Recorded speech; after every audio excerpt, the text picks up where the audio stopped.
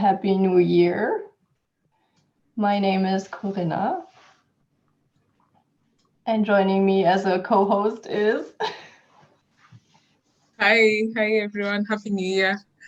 I'm Gals. Yes, and this is the second part of the series Pass the Mic. We're now in the new year, half-time through, and today is the fourth session. We invited speakers from around the globe, and today we were supposed to have a speaker from the US, which was Anthony, but he canceled, and so we moved Lina forward, who was supposed to be speaking next week. And we are very grateful that she had her presentation already ready and was, so to say, ready to give her presentation today. So thank you very much for this. And yes, Lina is from Sudan, so that means today we're going to have a look on the African continent. And then we will start by quickly introducing... Oh, I forgot to share my screen. Wait a minute. Yes, we will start by explaining who we actually are, who is behind the series. So EPIS is a development education center, Reutlingen. It's a global learning center which is active regionally, nationwide, and also internationally. It's a place where education basically meets development, and it facilitates global learning, which puts together speakers from development cooperation, from volunteering services, with speakers from the global south.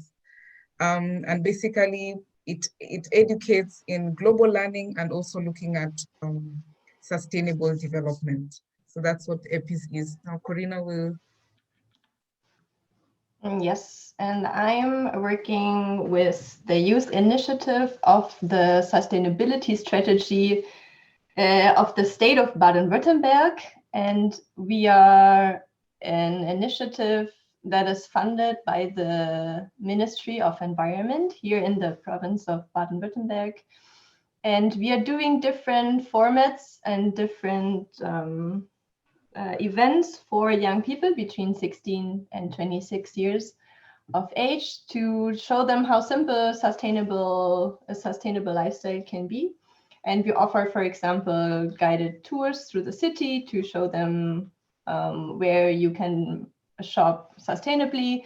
But we also mentor a youth advisory council that talks together with ministers from the province and tells them what the youth thinks would be nice for the city, basically. Yes. So before I give it over to Corinna to introduce our speaker for the day, we are talking about climate change in Sudan, and I come from Kenya, and I saw the topic today, and we're talking a bit with Corinna. I thought about what climate change has done in our country, and especially in our city, Nairobi. Of course, with climate change, there has been reduce in water, a longer drought period, and so there's less water availability for people. And you know how water is so important. We're not only talking of in the hydropower in terms of production of electricity, but also in our everyday life, we need water. And so when there's less water, you know, there's a question of health, the sanitation, the environment is in one way or another affected. And in that way, the last years, during the drought period, Nairobi has faced less water, less access to water. This brings about different diseases in the community. And when it rains, the government also has not put in place really good drainage system. So therefore, there's also drought at the end of the day. So we have, on one hand, less water sometimes, and then when there's rain, it's not captured well. So there's a question of the government also not being able to help the people. And so today I'm really excited to hear from Lina and how it is in Sudan, and maybe also for some of you who've traveled or even here in Germany, how how you guys have also seen climate change in the past years. So I'll give it over to Corina to introduce our speaker. Thank you, Gav. I found it very interesting, first of all, that you mentioned two things. One was the drought, and second was there's a lot of rainfall at once, and then where does all the water go? And I found this really interesting because when we contacted Lina, and we knew that she was from Sudan, so we thought of desertification and what to do with less water. And then Lina actually shared a video with us, and you just saw water everywhere, and we're like, whoa, is this really Sudan? So I think it's going to be very interesting today because we can see what a diverse country the Sudan is. And I'm going to share the presentation again.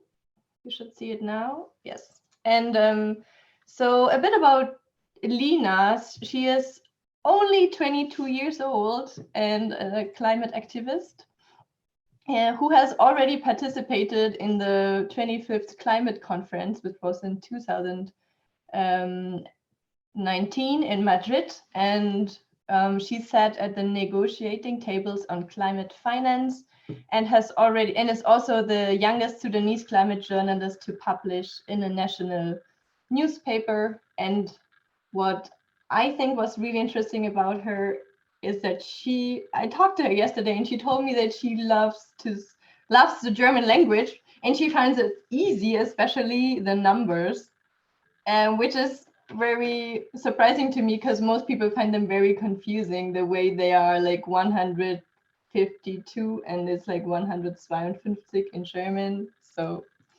and she said that it was close to Arabic. So, but this is just my brief introduction, and I would just like to let Lina talk for herself. So I pass you the mic, Lina, and enjoy everyone else. And thank you so much. We can do questions in she prepared different parts, and we can just ask questions at the end of every part. Thank you so much, Corina and Golf, for this nice introduction. And I'm really honored to be here with you all. And I really look forward to this conversation. I want to tell you more about myself and also climate change impacts on Sudan, but I also want to learn from you and just get your perspective on things. So I really would like this to be as conversational as possible. And like Corina mentioned yesterday, I was bragging about the 2 sentences that I can say in German. But I really hope to get back to learning the language because I really like it. And so a bit of let me share my screen before I can start speaking.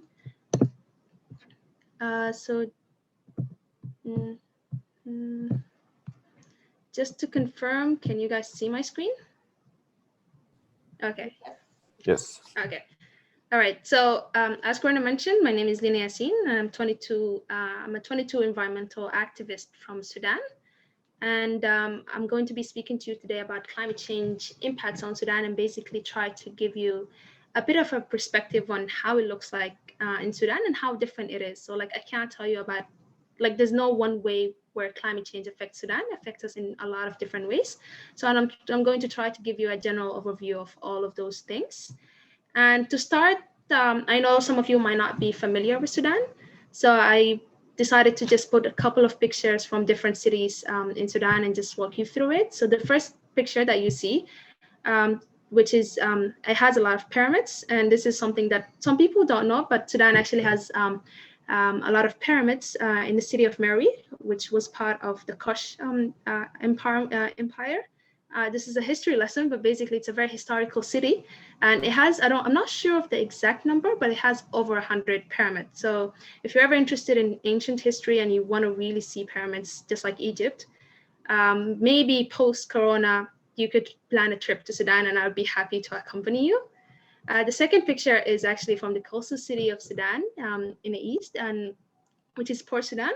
As you can see, it's very blue, and that's because it's on the coastal of the Red Sea. So this city is, if you really like oceans and just seeing like the seas and all that, it's very blue. So it's your city for sure.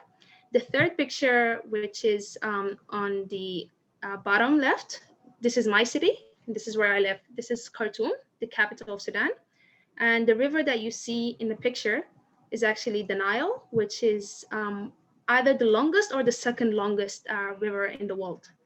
And this is basically one of the most unique things about Khartoum, is that the Nile forms in that city. And from there, it runs up into Egypt and then to the Red Sea. So it's an essential part of Sudan, and it's an essential part of all of our lives. So I'm going to tell you a bit more about it. And the final picture is another city that I really like in Sudan, which is Kassala. It's also in the east. And I really like it because of the mountain view that you can see from the background. So I find it really nice, and I think it adds a lot of nice atmosphere to the city. So these are just like 4 cities, but Sudan is very diverse and it's very beautiful. So as I said, if you ever, maybe after this pandemic is gone, we could, if you want to plan a trip, I would be more than happy to just like go with you and explore the city, the country. Just let me move on to the next slide. Okay, so I know some of you, as I mentioned, might not be familiar with Sudan, so I decided that we could start with a geography lesson. It wasn't my favorite lessons in school, but I think it's essential. So on your left is basically the map of Africa, and the place where it says, hi, this is me, and this is Sudan. The most simple way to explain, to basically describe where Sudan is that you can say it's right below Egypt. So for those who are familiar with where Egypt is on the map, so it's right below it. And one of the most interesting things about Sudan is that it used to be the biggest country in Africa up until 2011, where it was separated into 2 countries. So the country right below it is South Sudan now, and it used to be 1 country. But now after the separation, it's the 3rd largest country in the continent. And Sudan, as Corona mentioned, is very diverse in terms of climate zones. So the map that you see on your right, it explains the different climate zones that you can explore in Sudan. So the majority of the country is actually a warm desert climate, extremely hot. And I can assure you this, like right now, it's supposed to be winter, but the temperature I think is around 32. So it's usually very hot. But then if you move a bit further to the south, you get like a warm semi-arid climate. And on really tiny parts of the south of the country, you get tropical climate. So as you can see, in one country, you have 3 different climates, and that really gives you already an indication of how different climate change impacts the country, depending on where you're looking at it. Sorry about I'm sorry about the extensive geography lesson, but this is another map of Sudan. And I wanted to show you this map because I wanted to basically let you know where I am in the map. So if you can see this, Khartoum, and this is the city where I'm at. And as I mentioned, the city is interesting because this is where the Nile forms. So as you can see, we have the Blue Nile and the White Nile, and they meet together and form, as I mentioned, one of the longest rivers in the world. So it runs through the whole country, and then it moves up to Egypt as well, up until the Red Sea. So this is basically Sudan geography in a nutshell. And I think this gives you a bit of a general understanding of where Sudan is and how it looks like. But then moving on to me, as Corona mentioned, my name is Lina Yassin, and I'm an environmental activist. And I decided to just give you brief aspects of my life. So the first picture is myself, obviously. And I put this picture because it was taken from on a boat. So I was in the Nile. We were with some friends on a boat, just like going on the Nile during sunset. We wanted to watch the sunset from a boat. And this really already proves to you that the Nile is an essential part of our lives. So whenever I want to hang out with friends or just like go and chill, I like have somewhere to relax. There's a lot of places near the Nile, a lot of cafes and just like sitting areas. So it's usually where we go. The second picture is my neighborhood. So this is the view from my balcony, and this is my home street. And I'm going to show you later how this changes during winter, during autumn, and how the rain changes it. The third picture is my dog, Winnie, who wasn't very impressed with this picture because I woke her up. I made a lot of noises and I woke her up and she wasn't very happy with me. So I decided to capture the moment. As you can see, she hated me at that moment, but she's generally a very lovely and sweet dog. And the final picture is basically a picture I took myself. And this is a picture I took on the same boat trip where my picture was taken.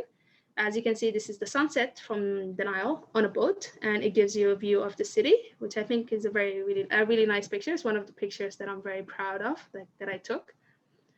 Basically, these are general informations about me, but how did I get into climate activism? So I got into climate activism when I was 14, turning 15. That was in 2013. And the reason being is that Sudan in that year has faced extreme floods. It was devastating.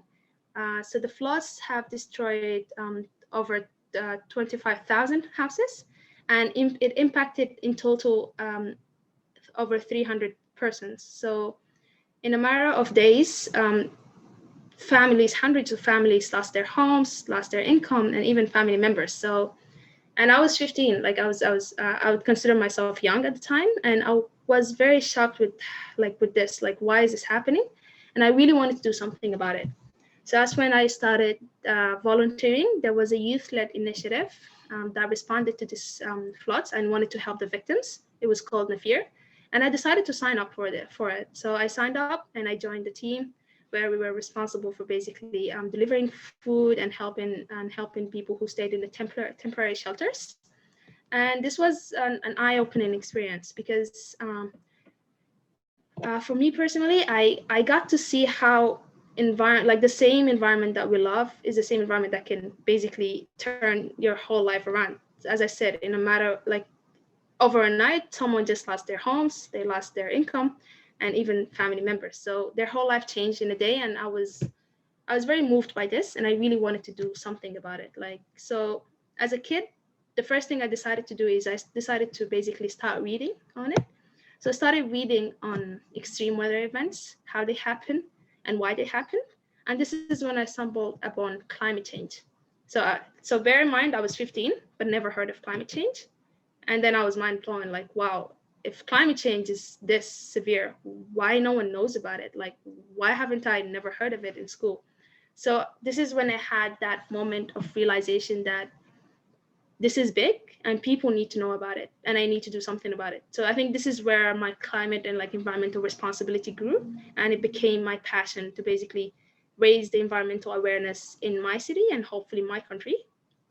So what I started to do is I started writing about it. I was in high school. So the first things, one of the first things that I started to do is I started publishing articles in my high school magazine. So just like simple articles explaining to students what climate change is and how it impacts our life, how it impacts different sectors like agriculture, economic, and so on.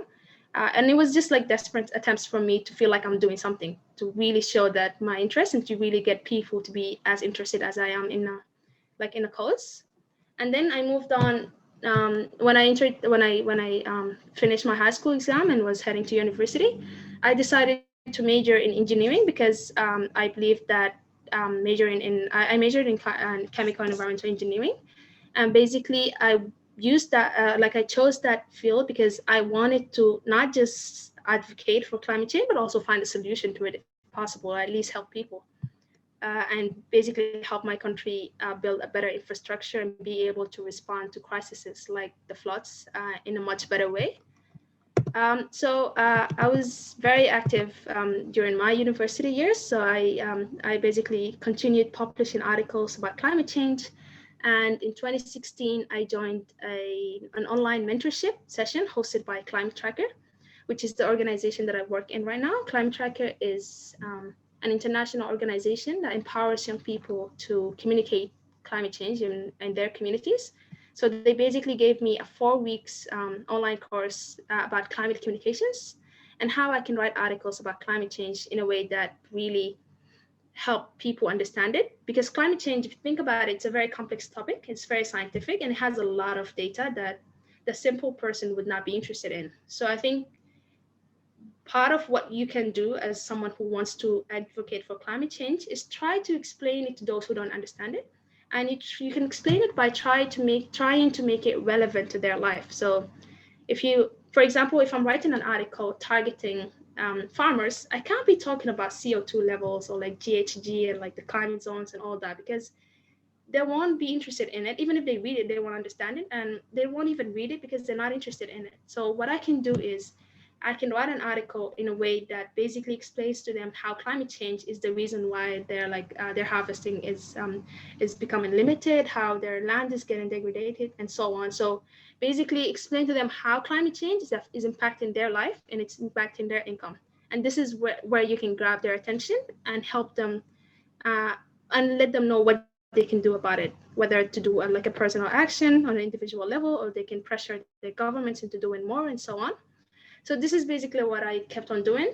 And then in 2017, I joined Climate Tracker as a staff member. And the reason being is that they wanted to expand their network in the Arab region, because the Middle East and North Africa region is very impacted by climate change, but the level of environmental knowledge is one of the lowest there. So what we did is I started a network of basically gathering young environmental activists and journalists from different Arabic countries and teaching them about climate change and how they can write about it. The network now, so we've started this almost 4 years ago, and our network now has over 2,000 members. So it really did grow, and a lot of people are now writing on environment and climate change on a regular basis. So I think this definitely has helped the level of climate awareness and environmental awareness raise in the region generally. And this is what I'm still doing right now. So I'm still working with Climate Tracker, and we're still hosting in online engagement programs. We're giving people chances to go to the international conferences like the COP, and basically allowing them to express their views on climate and how people can help them. So this is basically an overview of how I got into climate activism, and also like about me in Sudan. So I think we can take questions here if anyone has a question, and then I can move on to the next part.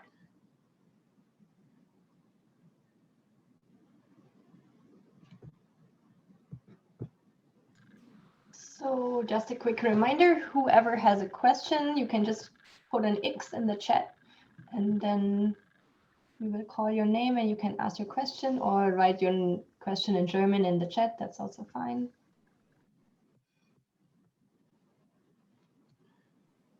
I have a question.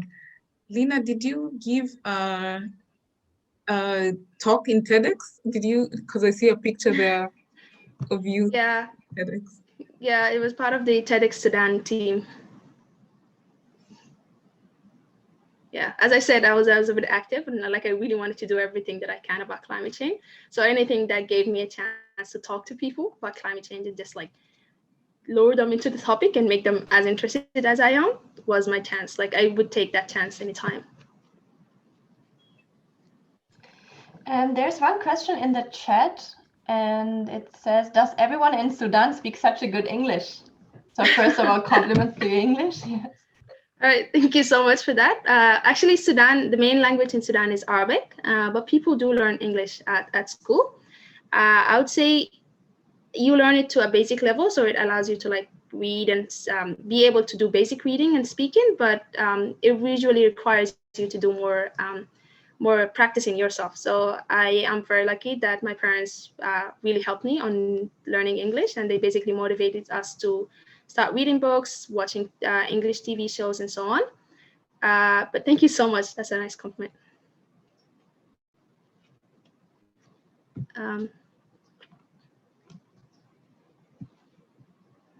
Okay, 2 more questions. Maybe we can put them in one question. How is your climate activism journey being so far? And how is your activism seen among your family and friends? Sure. So my climate activism has had its ups and downs. So usually the ups are when we have a local campaign and I'm working with a bunch of local climate activists, and we're basically trying to mobilize on a campaign and get people interested in it. So this is where I feel like I'm actually making a change. But then the downside of my climate activism usually happens when I'm at international conferences. So as Corina mentioned, in 2019, I was part of the Sudanese delegation for the Global Climate Conference, COP, in Madrid. And that conference specifically was very disappointing in terms of climate pledges and climate talks, because the countries kept stalling it and there wasn't any concrete decisions made. So as someone who's deeply interested in this topic and deeply wants to see us moving forward more quickly, I was very disappointed. And I think most young people share the same view with me. If you remember, I'm not sure if some of you were following this conference, but basically that conference, on the first Friday of that conference, Greta Thunberg arrived. She was basically moving all the way from Chile, because the conference was supposed to be in Chile. So she almost made it to Chile, but then the conference was moved to Madrid last minute. So she had to go all the way back from Chile to Madrid on boat, because she wanted to prove to people that you can travel without using planes. And she arrived on Friday, and everyone was already so angry with governments and the inaction, and they wanted to basically protest. So on that Friday, I'm not sure of the exact number, but it was definitely over 2,100 people. So a lot of young people from all over the world and all over Europe basically gathered and had one of the biggest Friday for Future marches. And they even stormed the conference rooms and basically started shouting at governmental delegations, telling them that this is not how it's supposed to be. We need better actions, we need better commitments, and we really need to see things moving forward more quickly. And I think I was like that. I would say that was a down period, but it ended on a really high note, because I went back to my home really motivated, and I knew that if young people believe in this topic and believe in this issue and they really want to lead on it, we are going to be able to make it. So we're going to be able to pressure government, and there's going to be action at some point. So that's on my climate activism career. And in terms of my family, I have a very supportive family, which I'm really thankful for. They have been supporting me since I became interested in the topic. So my parents would always try to use their connections to link me up with experts in Sudan whenever I had questions and I needed someone to discuss it with. They're generally very supportive. Like the first time I traveled, I was almost 18, I think I was 17, completing 18. And I was a bit hesitant about leaving alone, but they actually supported me and they said that I should do it because it's a life-changing opportunity and it really can teach you a lot about yourself. So, and I'm very thankful for that, because the first time that I traveled alone was to participate in the COP21, which was in Morocco. So I traveled alone to Morocco as part of the climate tracker team, and I was one of the youngest participants in the conference, but that experience really made me learn a lot of new things, and it really changed my perspective on a lot of things. So I'm really thankful for it.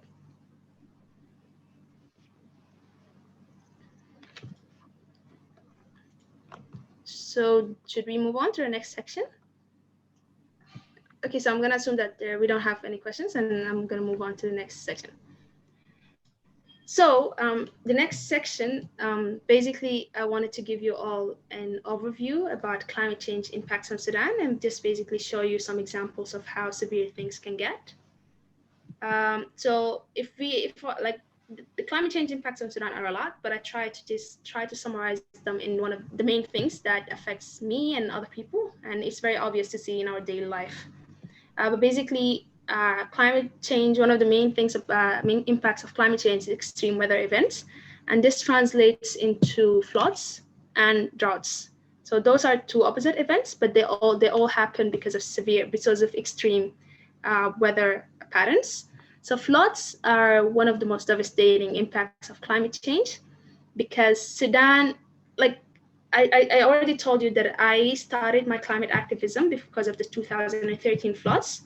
And sadly, ever since that year, we've been experiencing floods almost on a daily basis, on an annual basis. So every year we would have floods, and they would just vary in terms of severeness, but they would exist. And also, sadly, my country is still not able to fully deal with the consequences of that. So whenever we get floods, people are going to lose their homes, they're going to lose their income, and they're going to just stay in shelters for a while. And this has been the case for the past 7 years, at least from my experience. And this has been really sad, even though there has been a lot of effort from the government and international organization and aid institutions to help on that. But because climate change has been getting worse, it's now taking us more effort and more sources to cope with the consequences of floods. The second thing, which I also said is part of, it's an extreme weather event, which is drought. And as you've seen, Sudan has many climates. So in the summer, because of the extreme heat, a lot of land in Sudan gets dry, basically, and loses a lot of water, which leads to droughts, and that really impacts agriculture, which is essential for Sudan because we are an agriculture-dependent country. So whenever our agricultural seasons get impacted, that immediately translates to negative impacts on our economy. And another thing about droughts, which I think some of you may not know it, but in Sudan in 2003, there was a conflict in Darfur. It was called Darfur conflict. And that conflict resulted in the displacement of over 1 million people. It was a tribal conflict, and a lot of people died because of it, and a lot of people got displaced, and most of them are still displaced. And the United Nations Environmental Program decided to do an analysis after the conflict, just like a post-conflict analysis, to understand the reasons behind it. And one of the most interesting things that they found is that like the main reason that started the conflict was the fact that farmers in the north side of the country were experiencing droughts, and the land was basically their land was getting negatively impacted, and they couldn't grow their seeds. So they decided to basically move towards the south, and that's when they settled on other farmers' lands. So because climate change forced them to move, they moved, and then they settled on other lands, and that's when the conflict started. I mean, other elements like tribalism, religious elements, and such, and like and race, of course, played part in escalating the conflict. But the main reason was actually droughts, and the United Nations Environmental Program decided to label that conflict as one of the first climate conflicts in the world. So you can see how devastating the impacts can be and how extreme they can be. We can start with droughts and then end up with a conflict that displaces 1 million people, and a lot of people can lose their lives of it. So it's like, we can't underestimate how dangerous climate change is, because it's very linked. It's not a separate topic. It's linked to every aspect of our life. And my third example is extreme heat, which is also related to droughts, but extreme heat is a very obvious example because it affects everyone's daily life ability to do any outdoor work. So in the summer, doing any outdoor activities is very hard in Sudan. And for those who have to do it, they usually end up experiencing health conditions like heat stroke and such. And this is an obvious impact of climate change all over the world. And I think in Europe, we see every year how there is a heat wave that kills people even. So it is something that occurs all over the world. And the last impact, which is also a daily life impact, are the sandstorm. And the word between the brackets is how we say it in Sudan, which is habub. This is what we call them. It's an Arabic word. And I wanted to show you some pictures to just demonstrate those impacts and how they look like in real life. So my example is going to be the most recent flood, which happened in September 2020. And sadly, there were the most severe floods as well. So like over 500,000 people were impacted. The number of houses that got destroyed cannot be counted yet, but it's a lot. Like it's over 100,000 houses. And it was the levels that the Nile reached were levels that haven't been recorded in over 100 years. So we're speaking about records that hasn't been broken in decades, but somehow because of climate change, it happened. And I wanted to show you two things. The first thing is a picture, is basically a comparison picture. Just let me try to get it. Just a minute. Okay, so sorry.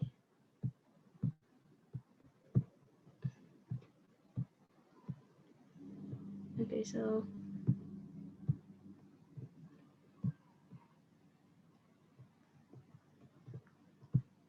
do you guys see this picture? Yes. Okay, so this is basically a view of the Nile and Khartoum, and this is where the Nile forms. So we have the Blue Nile and the White Nile. They meet and then they form the Great Nile. And this is basically how it looks like in our daily life. So if you go to this area right now, this is what you will see. But then this is how it looked like last September. So as you can see, all of it is underwater. And if you try to compare, just if you look at this left side, and if you look at it here, it's basically all flooded. If you look at, even if you look at the bridge, you will see that it's almost, even the bridge was almost going to get flooded. So this is how severe it was. And you can imagine the amount of like damage this has left on the country and on the infrastructure. As I said, Sudan doesn't have a strong infrastructure to deal with these kind of events. And because of climate change, they keep happening and they keep becoming more severe. So even dealing with it requires more and more resources, which we don't even have. And as I mentioned, over 500,000 people were impacted. And sadly, most of them still live in temporary shelters because they lost their home and like no one can help them. Like the government is trying, but it doesn't have enough resources to help everyone. So those impacts, like these floods, are going to leave an everlasting impact on a lot of people's life. And the last recorded number of the, at least the one that I was following, of the deaths was 60. So over 60 people lost their life because of these floods. So it's very devastating. And sadly, even in terms of media coverage, it didn't get a lot of media coverage. It did get, but not enough, in my opinion. And that's because we are also getting really used to seeing extreme weather events and seeing devastating events happening all over the world because of climate change. And media now doesn't think that it has news value. So as you can see, even with the pandemic, when it started, everyone was covering it, everyone was talking about it. But now it slowly started to lose its news value, and medias have been slowly not talking about it, even though it should be one of the main events in our life happening right now.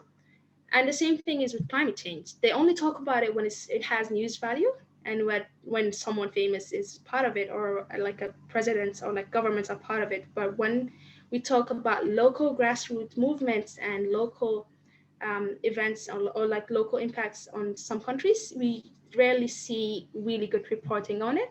And this is one of the things that I try to do. So I try to write articles for several local, national and international news agencies about the floods, because I knew that if someone outside Sudan decided to do it, it's going to be very basic reporting, and they're not really going to like show the actual story, show how it's impacting people's life and why it's dangerous.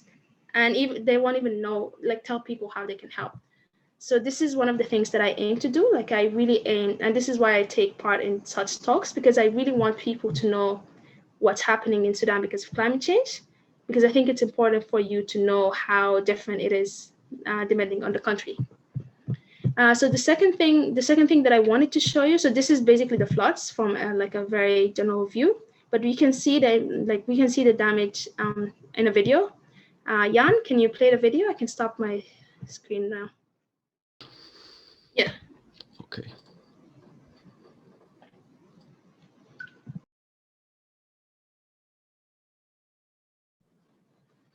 So as you can see, this is South Khartoum, the capital, and you can just see the number, like you can see the number of houses that are underwater. These are all houses that had families in them, people who used to live, had their normal life, and in a matter of days or even hours, everything changed for them. And it's not just them, it's thousands of families and like hundreds of thousands of families all over the country. Those footages that you guys are seeing are from Khartoum. So you can imagine how this looked like in other states and other parts of the country.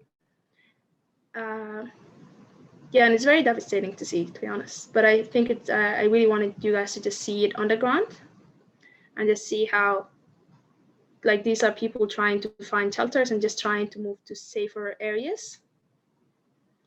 And yeah, it's gonna leave everlasting impacts. Like a lot of schools got destroyed as well. And by the time they get built, a lot of students won't be able to even come back to it. So if you think about the consequences, and like especially the social consequences of this, they're very big, and it's going to have a long-term impact. So it's really hard to go back from these kind of events and get back to normal states if you don't have enough capacity and if you don't have real resources for it. So yeah, I'll let you see the rest of the video. It's only 2 minutes, so.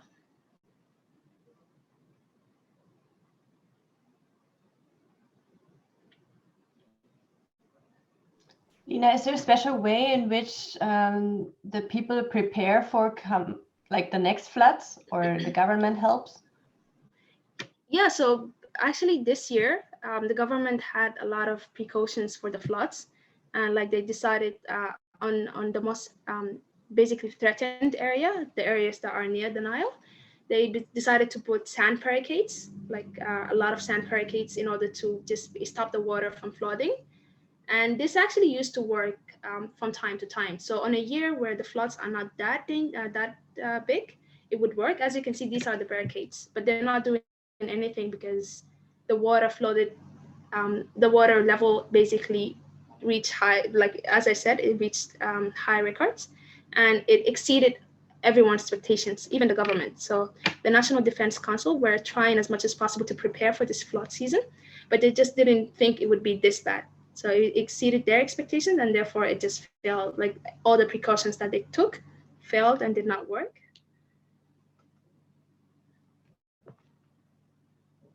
And another interesting thing, which I think one of the things that Sudan needs to work on, is that even after the floods ended, some people moved back to the same area because they have a strong connection with it, and they can't leave their homes. So basically, those who can moved back to their homes and just started rebuilding, even though next year or in a couple of years, floods are going to happen again, and that house is going to get destroyed again. But they just don't want to move. So I think it's also about awareness and people realizing that this is out of our hands. Like we can't control this because it has reached severe levels, and we need to basically adapt to it and move to more safe areas. But yeah, this is the video. And sadly, this is how severe floods can get in Sudan. I'm going to go back to my presentation to just show you the second example that I have. So yeah, can you see my screen? Okay. So the second example that I wanted to show you was, and also, yeah, so I mentioned to you earlier that this is the view from my house, the one on the left, and this is how it looks like normally. But because during the floods happened because of the very unstable and very extreme rain patterns that happened this year. So even I, as someone who lives really relatively far from the Nile, so I should not really be affected by the floods. I was affected by the rain and how bad it is. So you can see the neighbor's house right after the rain and how bad it got. And as I mentioned, we don't have enough infrastructure to just even drain the water. So their house was affected for over a week. And this is a picture that I took myself. So this is from my daily life view. And my other example was the Hapoop, which is the sandstorms that I was telling you about. This is a sandstorm that happened in 2016. I had a picture of it because I also witnessed it, but I just couldn't find it. But basically, you can see, like, it was very scary to see. Like, I remember I was in a balcony and I just was looking at it, and it was very scary knowing that this is going to be over your head in a matter of minutes. So the thing about sandstorms is that they affect view, so no one can drive. They're also very dangerous for people with respiratory disease. So I, for example, have asthma. So during any sandstorm, I have to stay home and I have to keep myself as safe as possible. But I'm a privileged person. I have a roof under my home, so but not everyone does in Sudan. So you can imagine how people with respiratory disease and no place to hide would feel, and they could even lose their life. And I assume that some even lost their life because of those sandstorms. So it happens very regularly, and it's very common in Sudan that we find a way to just live with it. But sometimes it gets really extreme, like the one that you're seeing right now. And yeah, this is basically the end of the first part. the second part, which was about climate change impacts on Sudan from a general perspective. We can take any questions now, and then we can move on to the last part. There's one question. How often do you have a haboob in the year or per year? So during the haboob seasons, we could have it. You could have it. Honestly, it really depends on your geographical location, but I would say it can come 5 to 10 times. Like not always severe, but it happens very frequent.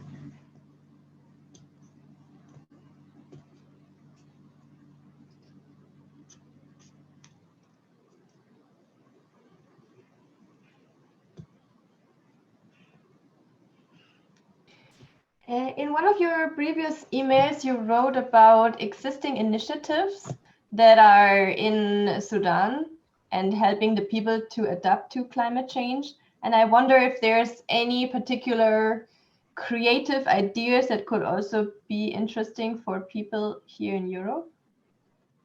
Yeah, so I can actually give you an example of an initiative that is trying to raise awareness about not climate change, but its impacts. So, for example, one of the main areas that climate change impact is health. So, climate change does raise the frequency of a lot of diseases in Sudan, including malaria and cholera. So, we had a team of young people who started a games company, board games. And basically what they did is they started creating board games about ways to prevent yourself from getting those diseases. So they took it to kids in different states in Sudan, and they basically taught kids in school how they can play it. And just by playing the game, you would automatically get information about how you can prevent yourself from getting those diseases. And even if you get those diseases, what you should do about it, like how you can treat yourself. So by using board games, those guys were able to raise awareness even better than the government, which was trying to raise awareness using traditional methods such as like TV, radio, and just like by doing local campaigns. So I think that games approach is one of the most creative approaches that I've seen. And I can share with you some pictures. I'm not sure if I have it. Just a minute. There's a question on climate change triggers sandstorm. Is it because of the heat? Maybe you can explain how the two are connected. Yeah, okay, so climate change relation to sandstorms is because of the heat, but also it's because of the moving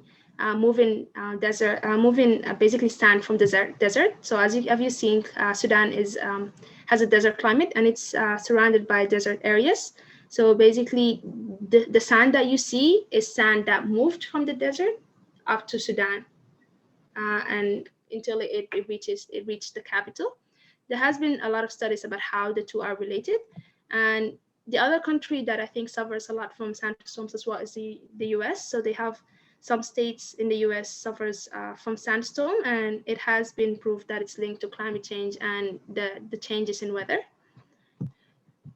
You're looking for the pictures. Also, Katarina is asking, how long will it take until the floods goes back? I can imagine until life goes back to normal. Yeah, so in terms of water, it could take a couple of weeks or even months. But in terms of life going back to normal, I don't think there's a time estimation for this, because in some cases it never happens. Like I know people who lost their homes in 2015 and they still haven't been able to restore it. So we're talking about rebuilding life, and that, as you guys all know, requires a lot of it requires infrastructure, it requires money, it requires resources. So Sudan is already struggling in terms of economics, and we in 2018 we had we used to have a dictatorship system for the past 30 years.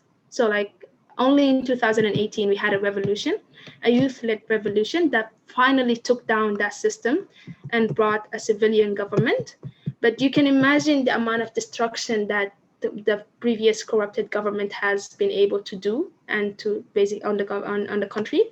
They stole most of the country's resources and exploited it. So we already have enough challenges that we want to deal with, and climate change is only adding to that list. So I think it's like the government is really trying to address most climate issues, but they also have other urgent matters that they want to deal with. So it's very hard for them to try and prioritize it. But so far, the new government has been trying to do as much as they can about it. I found a picture. Let me just try to share my screen. I don't think you guys can see it, right? Okay, let me share my screen. So I only found a picture of the team, but I think it would be nice. I can share with you all like their social media details later. You can check them out. But basically, this is the team, and this is their company.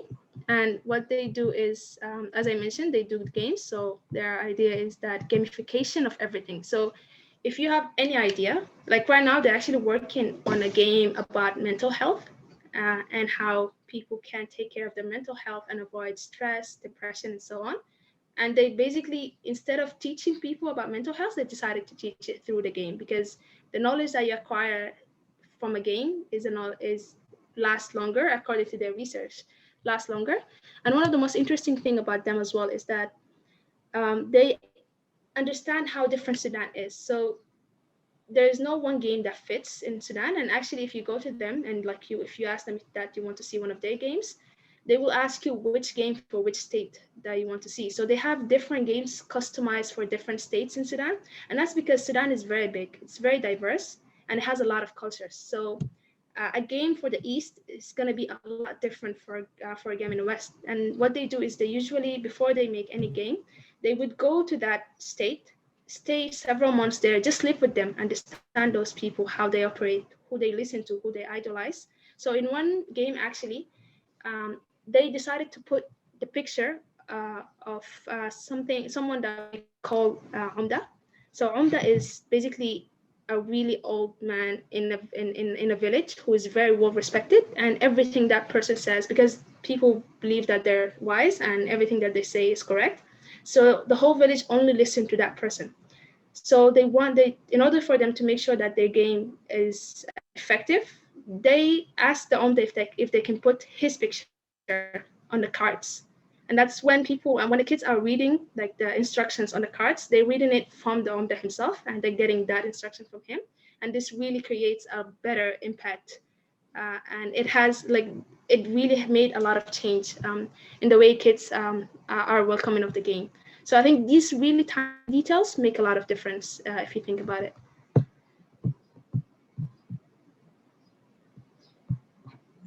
There's a question from Elina. You talked earlier of how you need, when speaking to people, how you need to make the language simpler for them. You need to speak of, putting it to be relevant to them. And she's asking, here in Germany, we regularly have to face people who deny climate change. Is this also a thing in Sudan, even though you are affected by the consequences much more? And are many people trying to raise awareness, or are you more of an exception? Okay, thank you so much. That's a really good question. And this is actually something that I faced when I started writing about climate change, but I didn't face it from a denial perspective. It was more of, so Sudan is a Muslim country, and the majority of the citizens are Muslims, and it's an essential part of their life. So anything they do, anything that they believe in is linked to Islam. So one of the things that I faced after publishing my articles is that I got people wrote back to me and they said, okay, your article is great. I like it, but you're questioning God's plan, because in Islam, we have an understanding that anything that happens is a plan from God and you should not question it. So the person wrote to me saying that he doesn't believe in climate change, or at least he doesn't believe in what I said, because if this is God's plan, he shouldn't question it. And this has actually changed the way I write completely, because I realized that the audience that I'm speaking to needs to understand things from their view. So I needed to link climate change to Islam and basically explain to them how this is not God's plan. And what I did is that I started doing research about how to link climate change to Islam. And I found a lot of verses in Islam, in Quran, that speaks about how God sent humans on Earth to protect it. So basically, we're not protecting it, we're destroying it. And this is the narrative that I started using in all of my articles. So in every article that I talk about, I would just casually say that, and by the way, for those who believe that climate change is God's plan, it's not. You're actually not obeying God at all. You're destroying Earth, and this is not what God told us to do. So it is your responsibility, environmentally and religiously, to protect environment, and this is why you need to care about climate change. And I noticed a very big difference in terms of how people accept my articles after I started writing from that perspective. So I think it's interesting that you're definitely going to face denial, but I think my advice would be, if you're ever talking to someone who denies climate change, try to understand why they deny it. Try to know why they deny it, and then try to link it to climate change and basically explain it from their perspective. Because you believe in climate change, you don't need anyone to convince you that it exists. But they don't believe in it because they view it from a completely different perspective. And what I would advise you to do is that I would advise you to try and put yourself in their shoes, basically, and look at things the way they look at. And then you will be able to basically try to find narratives and arguments that easily convince them. And if they're not convinced, then these are just people who don't want to believe in it. But you've tried your best at least. And in terms of so the second part, I think it was about climate activism in Sudan. So when I started, there wasn't a lot of people who were aware of the issue or really involved in it. But in 2016, right after I got back from my first climate conference, with the help of other climate activists in Sudan, we established the first youth organization on climate change, and we named it Sudan Youth Organization for Climate Change. So SYOCC. It's a local and youth-led organization that basically tried to conduct different campaigns in different states about climate and environmental issues, and try to raise awareness using different methods. So we use radio, we use TV, we also just use door-by-door conversations. So we had teams in different states that would just knock the door and speak to people about climate change. We had teams that would go to Omdas, like I told you, like the Omda of the village. They would go to Omdas and speak to them about climate change and ask them to talk about it to people, so in order for them to know it more. So the organization was started in 2016, and now it has over 400 members. So I think we have definitely came a long way, but I still think that there's more work to do in terms of awareness generally. Sure. Okay, so I think we can move on to the next part then, which is the final part. And I'll try to keep it brief, but basically, I think some of you may already be wondering, why is this important for me? Why is what's going on in Sudan relevant to me at all? But since all of you are watching this, I think all of you are already interested in climate activism and want to do something about it. So if you really want to, if you really want to do something about climate change, you really need to be aware of how different it is and how it impacts people differently. And also, climate action is a collective effort. So not just because you're not impacted by climate change doesn't mean that it's not your responsibility. Because historically speaking, the countries that caused climate change, or at least contributed to it the most, are the countries that are now suffering the least from it. So Sudan's global climate emissions are less than 1% of the globe emissions, but somehow we're suffering, we're on the list of the most countries that suffers the most from it. So if you think about it, it's not fair for countries like Sudan to suffer while other countries and try to limit climate change alone, because it's a collective effort. We're in this together. We're impacted differently, but it's a responsibility for all of us. And this is why you, as someone who's interested in climate change and who wants to do something about it, you need to know how different it is, and you need to know how other countries are suffering from it. Because even if you don't see it in your daily life, maybe you're not as motivated to do something about it. But if you see how others in different parts of the world are impacted, I think that should be your motivation source, and it should keep you going and keep you demanding actions from your governments. Because an action from your government has a lot of positive impacts on my country, because they have resources. They have a lot more resources and a lot and access to more and access to a lot of activities that I don't have. So If Germany takes more climate action, this indirectly and positively impacts Sudan. And I think this is why it's important. Another reason that knowing about climate change is important is because it gives you an understanding that climate affects us differently. So, and not equally. So climate is not one thing. There's no one way to describe climate change. You've seen how even in Sudan, which is one country, climate change has different impacts in different areas. So you have to understand that climate change is big and it affects us differently and not equally at all. So people in like the most of like the you just need to know that if you don't suffer from it, that doesn't mean it doesn't exist, because it affects people in different ways, and people in different areas get affected in different ways. Uh, Another reason why I think knowing about climate is important is because if you know how climate impacts different countries, you also know how to help them. So, for example, during the floods last September, some friends reached out to me from different countries, and they were basically trying to check up on me and see if I'm doing okay during these times. And they asked me if how they can help.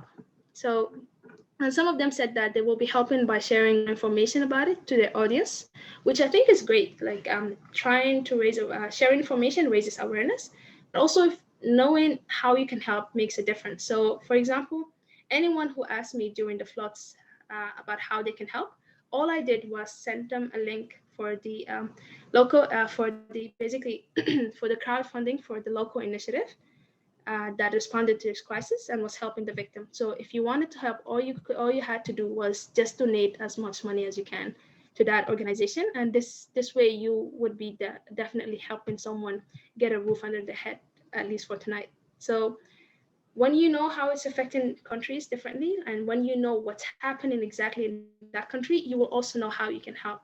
And even though you're far away, like I think Germany is very far from Sudan, but you sitting in your home can make a difference. You can make a difference for someone else who's suffering from climate change in any other country. So I think it's very important that we try to keep ourselves as aware as possible, and it's on you to try and educate yourself and be more aware about climate change generally. And I believe all of you are amazing, and all of you want to learn more about climate change, and this is why you guys are taking part in this event. And I just like I really I'm really happy that young people are interested in knowing about climate outside of their region, outside of their country. I think this is amazing, and I think this is the right thing that we all need to do. And actually, I'm really interested in hearing from some of you about climate change in your life. So if some of you can share with me some stories, I would really appreciate that. Well, I could try to talk a bit about my climate change experience in Germany. And as you said, this topic with climate injustice, we face the thing that we are not affected in our daily lives that much, like no comparison with yours or other countries. So I have many, well, there's plenty to do, as you said, but from us, like this privileged standard that we have, like when you say 18 and 19 finishing school, you flying around the world if you have the standard money, and then it's propagated to learn new cultures, new perspectives, which is a great thing in the first view. But on the second view, it's the CO2 emission with flying and other things.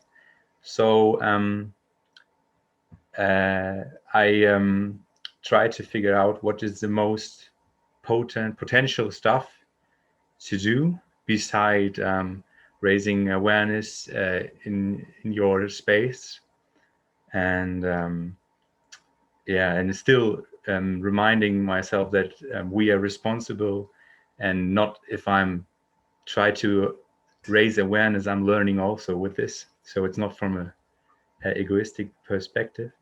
So my most the most potential recently is this kind of format, to listen to people from other countries like you, who are engaging and doing this great activism, which I really appreciate. And because then we get this cultural insight, because I just knew the geographic of Sudan, and I saw the floods when I the video of September, because I think it was linked on our site already, on the site already. So, but before that, I don't have these insights that you give me, or at least it's not falling in my way in daily life. So this is, I think, from my experience of mini activism in 5 years or more, this is a really cool format, or really educative format. And but for me, my daily life, and people are talking about which are the most things, more potential stuff in like a privileged standard life. And for me, it's nutrition, that going vegan. From vegetarian, I started vegetarian and vegan, and I'm not flying anymore. At least I said for the next 10 years I don't want to fly anymore, which not every person can do. And there can be a potential with flying to a climate conference, for example. So these two, and talking around the space is this, but I still am aware of that. This is really that we have this privileged standard. And I thought about the last sentence I want to say is that if you would create a really difficult problem, a really complex problem, how could you create it? And for example, how you make the solution very far.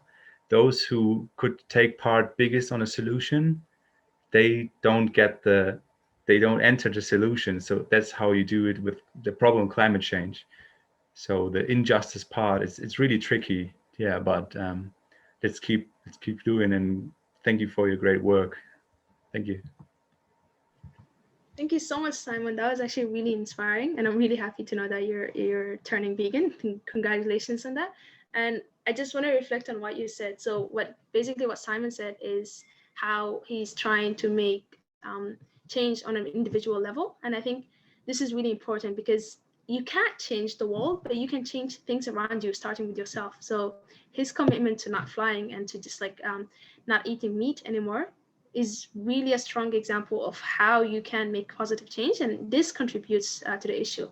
But also on a more so this is on an individual level, but on a more collective level, I think Simon, one of the things that is really nice about climate activism, and especially the Friday for Future movement that Greta created, is that it really did put pressure on governments. So most of the developing countries keep funding fossil fuels, and they keep depending on fossil fuels. And as I mentioned, any positive action on climate change from countries like Germany will automatically have positive impacts on climate change and on Sudan eventually.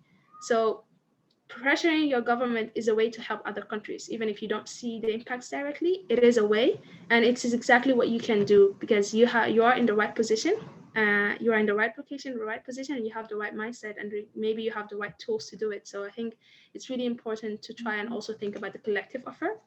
But thank you so much. This was really nice and inspiring to hear. And I really hope that you can commit to the 10 years no travel goal, which it sounds a bit hard, but I'm sure you'll be able to do it. So I think that's a question. I'm not sure how to pronounce the name, but someone has said, in Germany, our government is basically not denying climate change, but still funding fossil fuels, etc., and not making enough to stop climate change. How is it with the Sudan government? Are they investing into renewable energy? And is lobbying also a big problem? So I think definitely the problem of investing in fossil fuels and not limiting fossil fuels is more of a Western problem, because developed countries are the ones that still have access to fossil fuels investments, and basically their emissions are the highest. So right now, Sudan doesn't even have enough fossil fuels investments, or even any that I'm aware of. So in terms of them trying to limit climate change, for us, it's not about mitigation. So mitigation is an essential part of climate action. So investing in renewable energy is one of the things that my government started working on this year.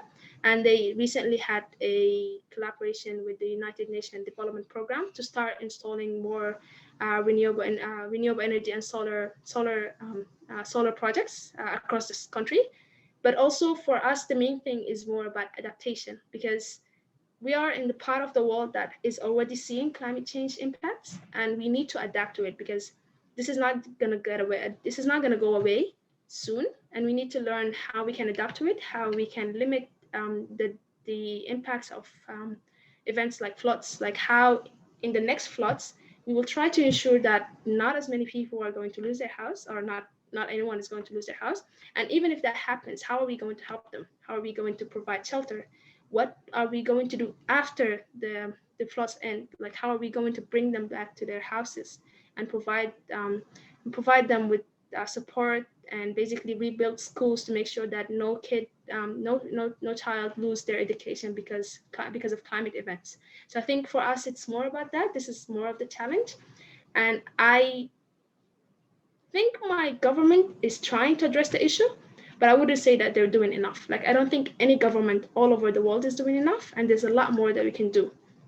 I don't know if you guys have been following, but yesterday there was an Earth Summit hosted by the COP26. It was in Paris, and a lot of governments representatives were speaking about how they want to limit climate change, how they want to have stronger goals. And if any of you is following Greta on Twitter, she did a really nice thing where she just said, here's a summary of the conference so far, blah, blah, climate change, blah, blah, green transition, blah. So basically she was trying to show people that governments are speaking, but they're not doing action, which I think is very true. So it's on us to try and pressure them even more to do better, because the effort that we're putting right now is not enough. And if the COVID-19 pandemic has impacted us this much and has caused this damage, this is nothing compared to what climate change can do to us. So we really should take this pandemic as a lesson for how unprepared we are for any global crisis. And climate change is going to be a lot worse. It's going to be a series of global crises happening all over the world. And if we're not prepared right now, we're not going to be able to deal with it. And if we do our best, we don't even have to deal with it to that extent. So we need to keep this in mind when we try to advocate for climate change, when we try to do any sort of actions on a personal or on a collective level. So that would be my advice. I will just maybe say a few things as a take-home message. Thank you, Lina, for that. Like, what has really stood out for me is, that climate affects us differently, but not equally. So wherever we come from around the world, we come from different places, so it will affect us in different ways, but not also equally. And we should try to put ourselves in other people's shoes when we're trying to talk to them. And also remember that it's our joint effort that is needed in fighting climate change, that we should not only when you make your own individual decision to fight climate change, that also coming together can make even a greater impact. So that's what I've really gotten out of this. Thank you. I'll give it over to Corina, if she has anything to say. I wanted to ask a question, but I can also conclude. Or maybe I can. So what I also found interesting is that you spoke about the droughts and why Sudan is a very agricultural country. And maybe to come back a bit, I would just generally like to ask you, what do you eat in Sudan? What do you grow? Do you export also something, or? Yeah, so one of the most impacted crops by the droughts in Sudan, or like the change in weather is actually wheat. So we depend, just like every other country, we depend on wheat a lot. But because of the changes in weather, we haven't been able to reach self-sufficient providing, be able to provide self-sufficient amounts for Sudan. So every year, even though we could, realistically, we could grow wheat enough to provide for the whole country, but we've been importing a lot in the past years, and this has also been negatively impacting the country and negatively impacting the economics. So right now, the cost of bread is very high, even for the average individual, and it's becoming a luxury, which is very sad. And this is all due to economical reasons, but also due to climate reasons. So every year, the yield of crops in Sudan is lower, meaning that we need to import more. And this is the main example that I can give you. And so sadly, bread is becoming a luxury. Not every family is now able to afford bread. So you can see how catastrophic the situation is in the country. If buying a necessity like bread is becoming a luxury, that tells you how bad the situation is and how bad it's becoming already. But in terms of agriculture, we do grow a lot of vegetables. I'm not sure if we export anything. I do know that we export gum, Arabic gum. So it's the main thing that Sudan exports. But yeah, we do grow lots of vegetables. That would be my answer. But the main thing impacted by climate change is wheat. Sorry, I think what I wanted to focus on is if it's a desert climate, what I would suppose is that there would grow dates, but is there you can grow regular vegetables as well?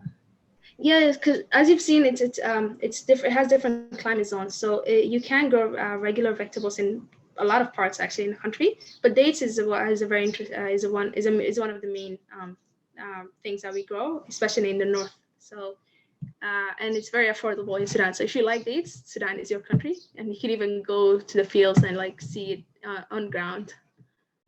I wrote somewhere, you wrote that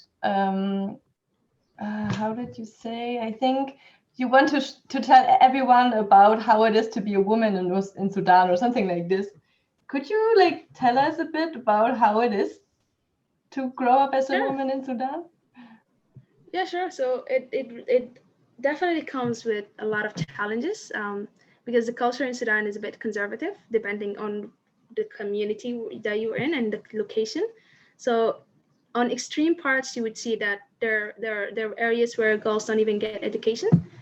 They don't go, they don't allow them to go to school, and that's the extreme. And there's also other restrictions even in the moderate, in the city. But personally, I'm lucky because I have a supportive family, and I grew up in a very open-minded and understanding family that plays as my sort of support instead of being an obstacle in my way.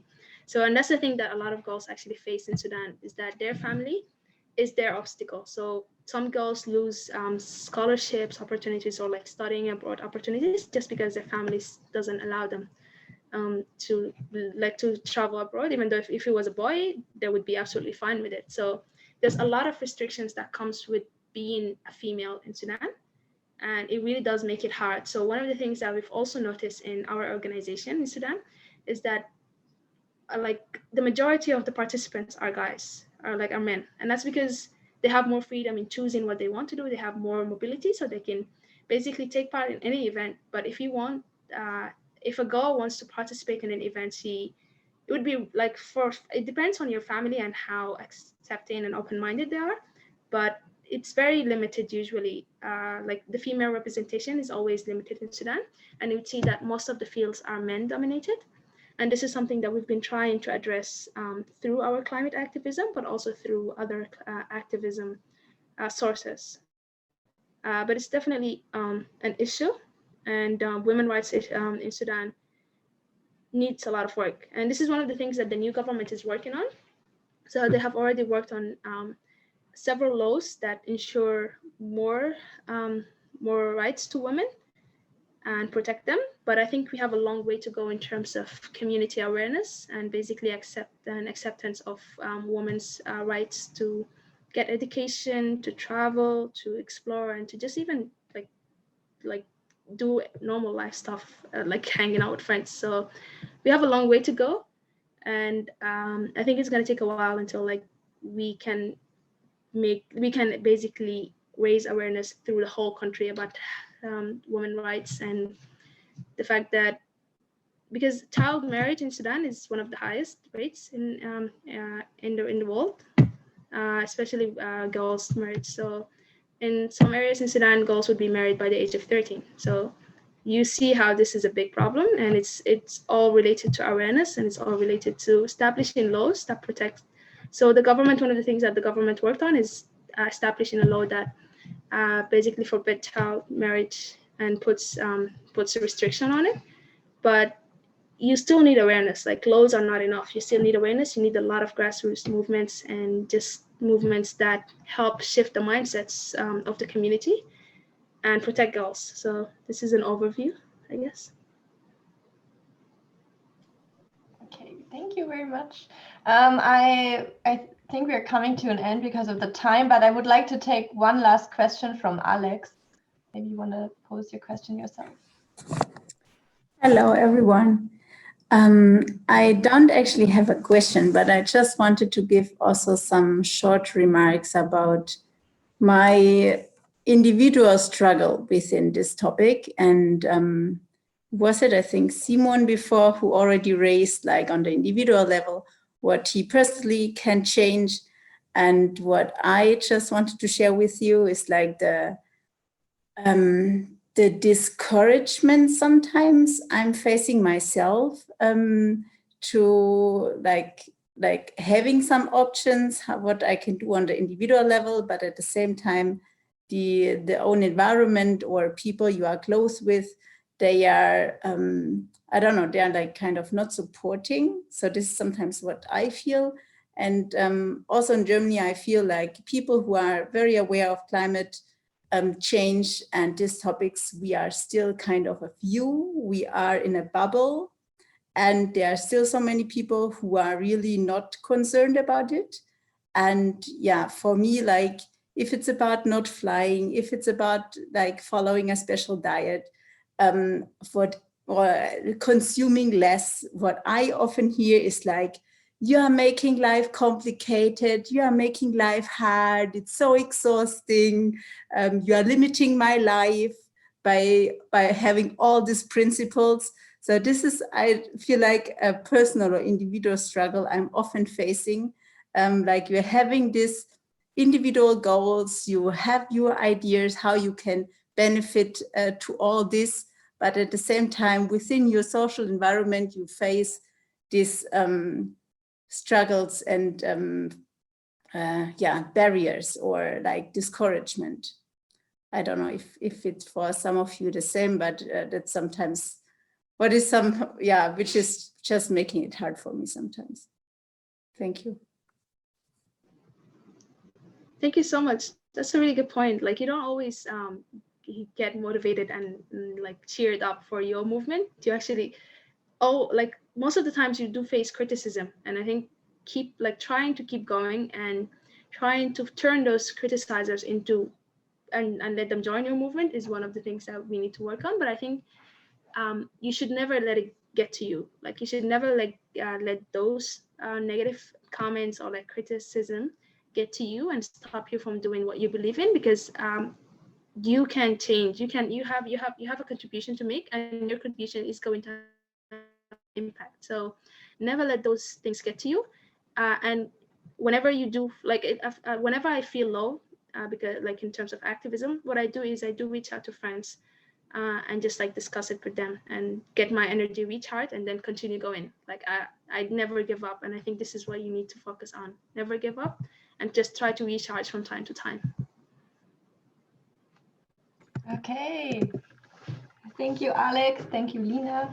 And never stop doing what you're believing in. Yes, I think it's really important. And I think it's important to never impose things on others. You can do the things for yourself, but this is all you can do. And then you can ask for collective action with the governments and stuff, but don't waste your energy on things you cannot change, kind of. This is maybe the last word that I'm going to give. No. So thank you, Lina, for giving us this great insight on Sudan, on climate change in Sudan, on climate activism. Thank you to all the participants for all of the questions, for the engagement, for sharing your personal struggles or ideas about how to act sustainably. So this is the end of today's episode, and I'm going to give you a quick preview of our next speaker, who is actually also online. This is really cool. Hi, Derek. And we are going to stay on the African continent since we had the change in the speakers, and we are going to look closer to West Africa.